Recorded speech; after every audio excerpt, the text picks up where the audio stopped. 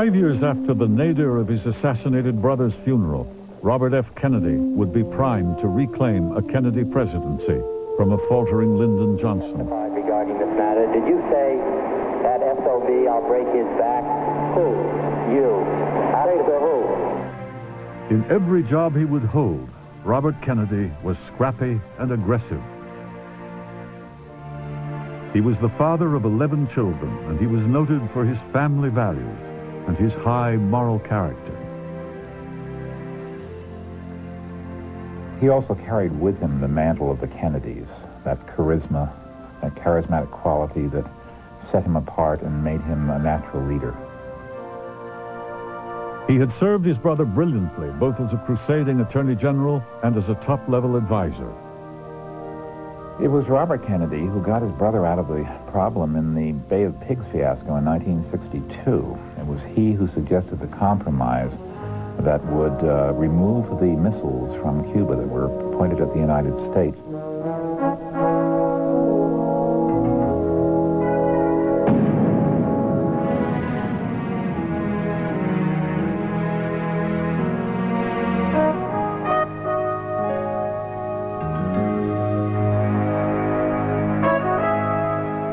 After John F. Kennedy was assassinated, Robert Kennedy found himself Attorney General for Lyndon Johnson, with whom he never got on very well.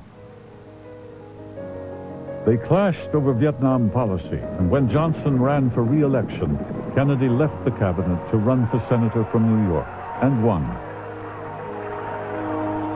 The nation was torn by Vietnam. It was time to reach again for the Kennedy glory and the solution. Every time we have had difficulties in South Vietnam and Southeast Asia, we have had only one response. We have had only one way to deal with it. Month after month, year after year, we have dealt with it in only one way, and that's to send more military men and increase our military power, and I don't think that's the kind of a struggle it is in Southeast Asia. It was 1968. President Lyndon Johnson had withdrawn, and it looked as if Robert Kennedy was a sure shoo-in for the presidency. He'd won a string of primaries, and now he had won the big primary in California. Not because I think that if I'm elected President of the United States, poverty will disappear, or illiteracy will no longer be with us, or that the war in Vietnam will suddenly end. I don't promise any of those things, but I do promise to you that I will talk about the issues with candor and with truth. Some saw Kennedy as a healer whose charisma could unite a warring American society. Others viewed Kennedy as calculating and opportunistic. Whatever, Kennedy was on a roll. On June 5th, 1968, Robert Kennedy exulted over his California primary victory in a speech at Los Angeles' Ambassador Hotel. Waiting for him in the kitchen, through which he would pass to the press room, was the undistinguished little man who would assassinate him. Sirhan Sirhan was a Christian Arab born on March 19, 1944 in Jerusalem. He had seen a bomb explode and strew the road with Arab bodies. Later, a Zionist truck would swerve to avoid a sniper attack and kill an older brother. In 1948, the Sirhan family fled their home and began an 8-year odyssey as poverty-stricken refugees. In 1956, they emigrated to the United States. They came to America, and the family absolutely disintegrated, fell apart. During high school, Sirhan underlined a passage in a book that described McKinley's assassination, and next to it he wrote, "Many more will come." He tried a lot of jobs, and he succeeded in none of them. He went from place to place, and it was obviously a man without a compass. Sirhan's mind boiled with bitter memories on that June 5th, 1968. It was the first anniversary of the Six-Day War in Israel, which had crushed and humiliated the people of his homeland. He was going to kill Kennedy, he wrote to his brother, before June 5th, 1968, to avenge American involvement in supporting Israel during the Six-Day War. And so shortly after midnight, on June 5th, 1968, Sirhan Sirhan is standing next to a kitchen wall with a pistol in his hand as Robert Kennedy approaches. The pistol was his brother's .22 caliber cadet model. It was so small, it could only kill in the most vital spot. He would hit that spot.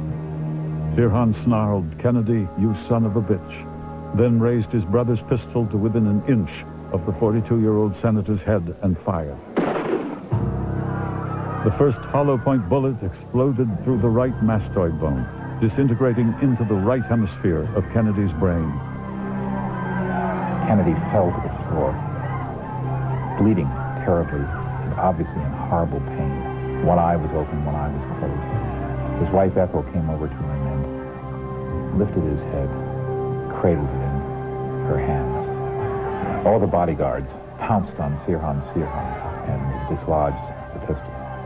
Robert Kennedy was taken to Good Samaritan Hospital in Los Angeles, where he clung to life for another 26 hours before dying at 1:44 the following morning. He's taken to Arlington Cemetery, where he's laid to rest alongside of his brother, John Kennedy. Sirhan Sirhan was convicted and was sentenced to death. He escaped execution when, during the second year of his appeals, the California Supreme Court declared the death penalty unconstitutional. His sentence was commuted to life in prison. Sirhan was utterly unrepentant. Kennedy, he said, wasn't worth the bullets and got what was coming to him. In the streets of Middle Eastern Arab cities, posters hailed Sirhan, commando, not an assassin. If Sirhan thought he was killing future American support of Israel, he was dead wrong. U.S. presidents since that time have never wavered from Israel. Sirhan's eternity in jail had bought nothing. Yet, the world was changed. The Kennedy charisma and the Kennedy idealism was silenced forever that night.